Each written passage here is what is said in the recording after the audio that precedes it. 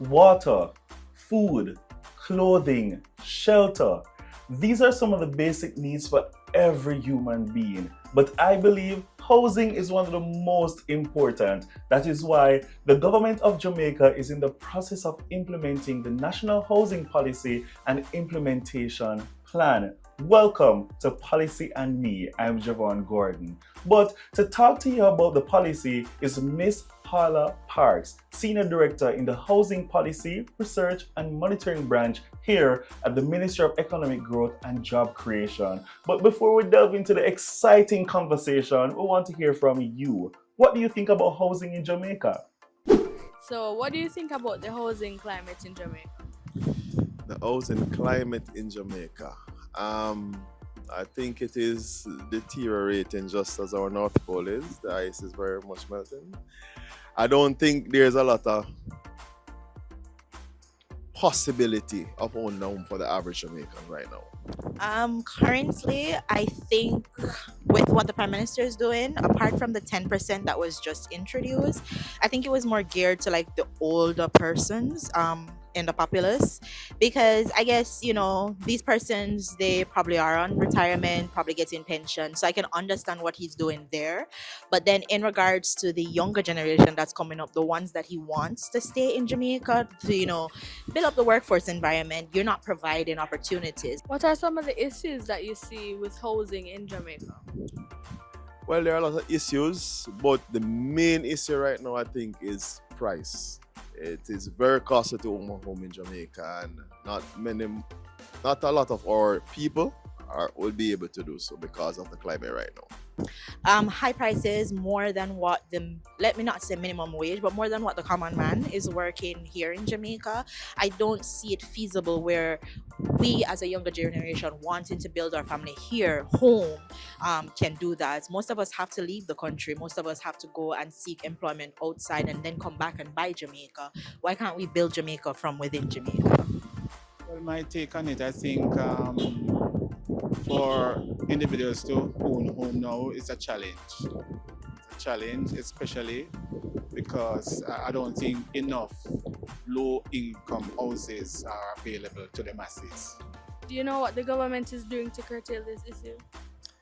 The pricing issue. I'm not aware if there's any policy to assist us in owning other than the different entities giving loans, which is not assisting. It's just that they're getting the money from a different entity. But presently, no, I don't know of the government having any problem or having any solution for this problem. Yes, I do. I am seeing where he's most definitely working on improving the minimum wage. I'm seeing where he's working or partnering with NHT to, assist younger persons there. I also see where he is also trying to build the skills of the younger generation for those, because I have a saying, fish can't climb trees. Not everyone will be an educated person. Some people are good with their hands. So I do see where he's implementing those efforts. So those are definitely appreciated. Well, we have heard of many things, but I don't know if they are workable, as it relates to, the masses. I'm not sure. Do you know of a policy to be implemented to fix this issue?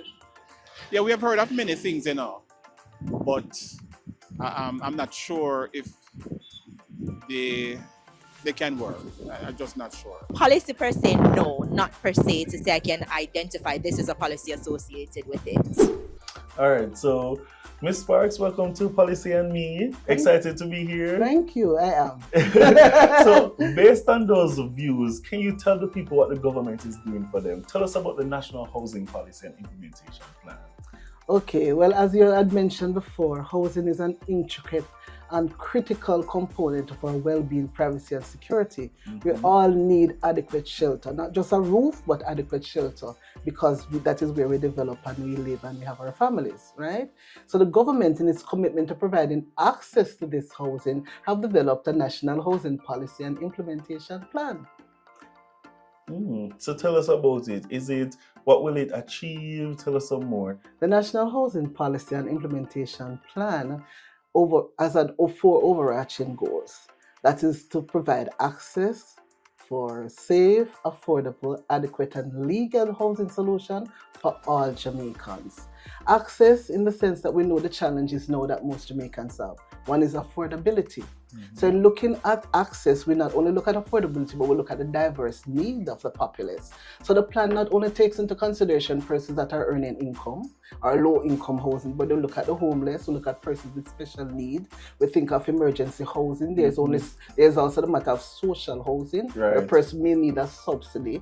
So within the housing policy now, it provides that enabling framework where we can partner with the various persons in public, private sector, civil society, non-government organization in implementing these policy measures. Okay, so already you're touching on some very important points, but we don't want to start it too early. We want to bring in our game. So we're bringing it different today. So, normally we play the game at the end of the episode, but we're going to include it throughout the episode. It's Jenga. So we're talking about building, we're talking about housing, we're talking about structures. But instead of building, we're to take it apart. But we have to take the policy apart for people to understand, right? Okay. So we're going to play, and there's a number on top of the Jenga block. So whatever number you get, we pick from the policy jar. We don't leave out the policy jar, never. So we're gonna start. I should make you go first. You first. Okay. Let me try. I'm very competitive in it, so I have to win. Okay, no question on that one. Let me try this. Okay, very nervous. Very nervous. Okay, number 2. Okay. First question. Okay. So, well, we'll talk about what was the National Housing Policy and Implementation Plan, but tell me, when did it come into effect? Tell me about the process, what went into the background and so forth. Okay, well, the development of this policy started as far back as 2011. Wow. When the then Ministry of Housing invited the academia from the University of the West Indies, Salesies, as well as UTEC Built Environment as consultants to develop the policy document. Initially, they would naturally do their surveys to inform the policy, so research and so on. And then within the ministry, now we found that there was a established steering committee that would now look at reviewing and assessing and providing amendments and data or information to further develop the policy. So this policy document, the reason why it is so comprehensive is because it involves a lot of partners and years of work. It involves years of work. It involves partnership with ministries, department and agencies. It involves non-government organizations, civil society, and also we look for expertise within government, in the housing sector, in the construction sector, necessary association, developers association, the financial sector, and so on. So really, we're able to garner and include partnership from a wide cross-section of the society. And in addition to that, we also had public consultation on the policy document. So the policy was, when we went to Montego Bay, we went to Mandeville, and we also did some in Kingston, where we would present it now to the public, and then we would get their questions and so on. So all of that went into developing the policy to where it is at this point. So a lot of work. A lot of work. We're doing a lot of work. We're continuing to do a lot of work. And of course, it has to know, after we got it to a point, then we would have to seek cabinet's approval for it to be tabled in Parliament. No problem. All right, my turn now? Yeah. All right, let me try not to... Okay, no questions here. No questions here. Your turn. Let's see if I can get this. Yeah, I'm not helping. This one out. Right. Okay. Question number 4. So I know you touched on some of the goals already, but I want you to further expound on them, on some of the goals of the policy. The goals that I mentioned before is providing access to safe, affordable, legal, and adequate housing solutions Okay. for all Jamaicans. And when we talk about access, accessibility is a major issue here in terms of one of the main issues that we have, mainly because a wide cross-section of persons based on their income level are not able to afford a mortgage. Okay, so that was a critical component that we discussed at length in providing policy recommendations to deal with that.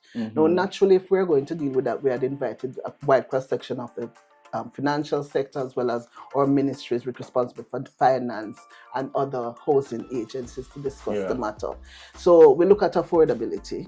We look at, okay, we know that maybe it's, I think for the one of the things that we learned in relation to the finance sector is that only 30% of persons that they're actually serving based on the income.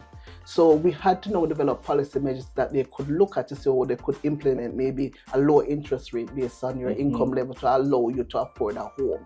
Okay, so that would be one of the strategies. In terms of safe, we know that we live in a hurricane-prone area, so you have to look at natural phenomena and in recent times the effects of climate change. So what about the construction of your structure? We have had some sad occasions in recent times where there was a flood and the house came down, landslide and all of that. So you have to look at the resilience of your structure and in terms of it being safe. And you also have to look at the matter of security, so that when you're in your home, you feel secure and comfortable, yes? And you also have to look at accessibility in terms of emergency vehicles being able to access your property, because you think of a lot of informal settlements where people need to live somewhere but they cannot afford it, so they would not go anywhere. But then those developments are ad hoc and they cannot be accessible if persons are sick and you need to have an ambulance going there. So therefore we look at all of those measures. How can we deal with that? It means that you have to have maybe a special policy to look at how we deal with upgrading or relocating our persons in these settlements in terms of safety. Then you also have to talk about adequate. Adequate means that it's not just having a roof over your head. You need more than just a roof. And COVID-19 taught us that lesson. Because you know what happened in COVID-19, you had to have the social distancing. Everybody's working from home. Where is the space? If you are 4 persons living in one room, then how do you work? How do you continue social distancing? And even having a space to work and even having your environment around you that will allow you to be able to work peacefully. Right, so you have the matter of that adequacy. Of adequacy as well. So it's more than that, and also adequacy also include access to basic services. So you're talking about water, you're talking about proper sewage, you're talking about roads and so on. In recent times, which is great, is that the government, as you know, is building out its major road infrastructure. So now I'm happy to say that at the one side of the island in St. Thomas, that it is now open to housing developments. So then the supply is going to be increased, So therefore, all of that provides even greater access. And you have to talk about legal. Why? Because you want to be comfortable that where you live, nobody cannot tell you to move. And a lot of persons have that concern because they're not able to afford it. They go into these settlements, they may be on privately owned land, there's somebody else on government owned land. Okay, so therefore, it's providing that security of tenure, so that they'll say, okay, I have a piece of paper that I own this land. The other thing I need to mention as it relates to access is that we looked at the society and everybody needs, housing needs are considered in access to housing. As I mentioned before, there's emergency housing because you have to think about where some persons live during an hurricane on the hillsides and so on. They may lose their homes even if they go to a shelter. So where do they live in between time?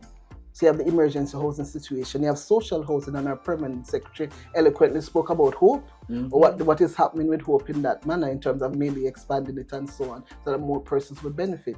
So you have that. You also have shelters, sheltered housing or assisted living, because you have to think about your elderly as well.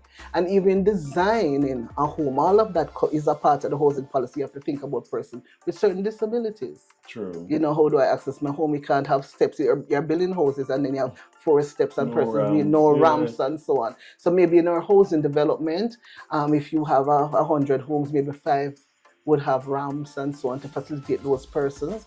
And then you could look at how they would access mortgages under special preferential rates. And so all of that is like broad, but remember, the policy measures are broad measures, right? And then in our implementation plan now, what you would have is the policy measure, you have the strategies that would deal with how are we going to do that on a broad, on a broad way, the how on a broad. Okay, say for example, we're talking about subsidy.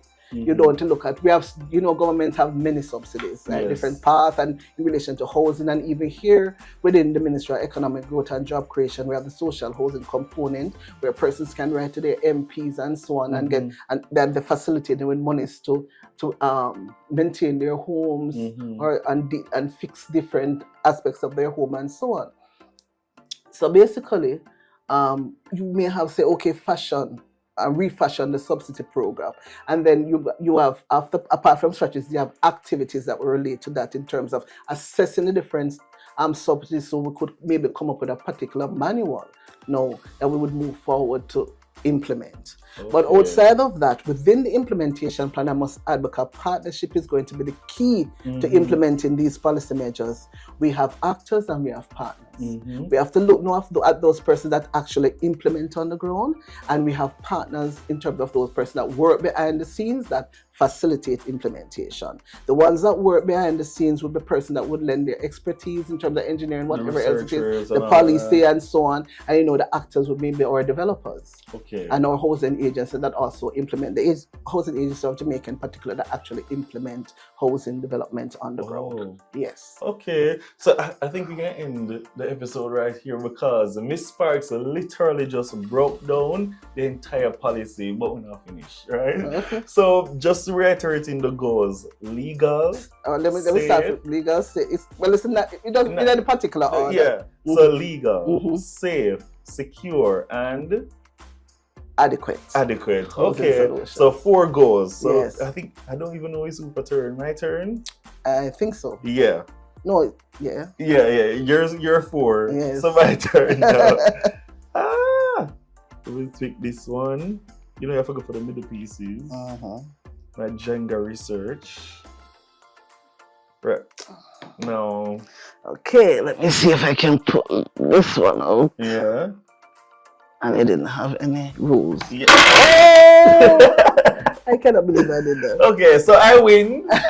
Just with that on there. But let me just do some quick questions. So, and like how the game finished and I won, let me just ask some rapid questions. So, who are some of the entities, or what are some of the entities who are responsible for the implementation of this policy? I know you mentioned some in terms of the stakeholders, but tell me the main persons. Okay, well, as you know, the Ministry of Economic Growth and Job Creation is a policy ministry which facilitate the implementation of the housing policy in general. Yeah. But some of the entities that we will be meeting with in terms of housing entities, the National Housing Trust, the Housing Agency of Jamaica Limited, the Jamaica Mortgage Bank.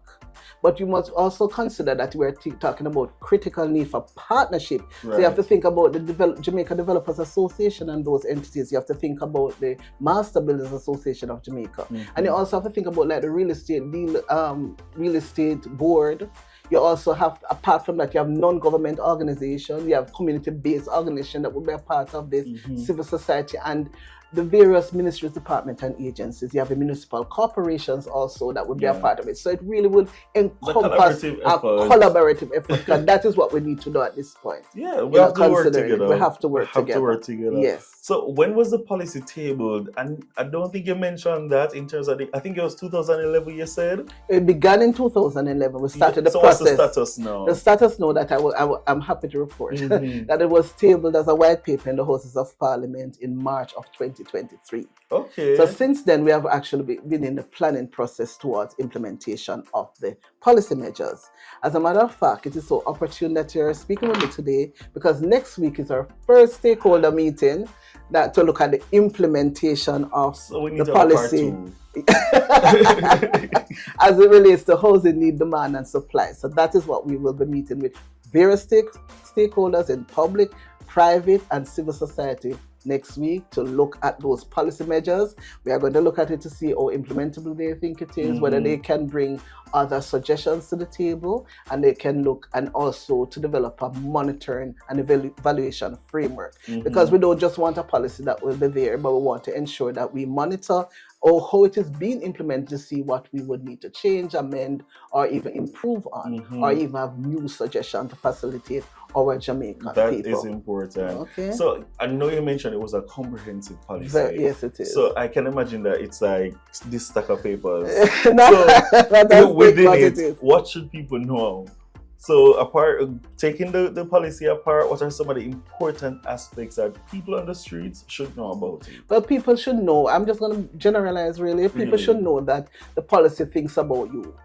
Hmm. If you look at the policy, you will see that the people was central to the development of the policy. Your housing need, your concerns was central to the development of the policy. So whatever housing need that may be impacting you, you can look within the policy, see broad measures relating to the housing need, and see also the various actors and partners that we will now engage to facilitate the implementation of these policy measures so that you can benefit from it. All right. So we are hoping that it will be impactful for Jamaica, that it is our first national housing policy. There was an attempt in 1982 to develop an earlier one, but we're very happy. We learned from that experience, and we are very happy for our partners. And I have to talk about the Housing Policy Branch and the Ministry for the immense work that was done in developing this policy and plan.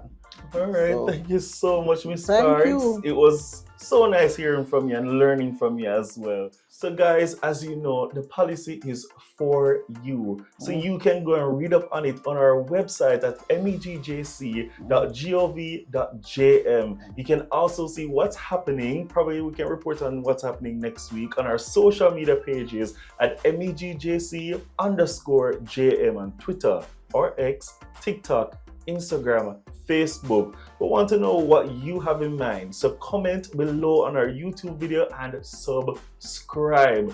Thank you so much, Miss Paula Parks, Thank and you. see you next time on Policy and Me.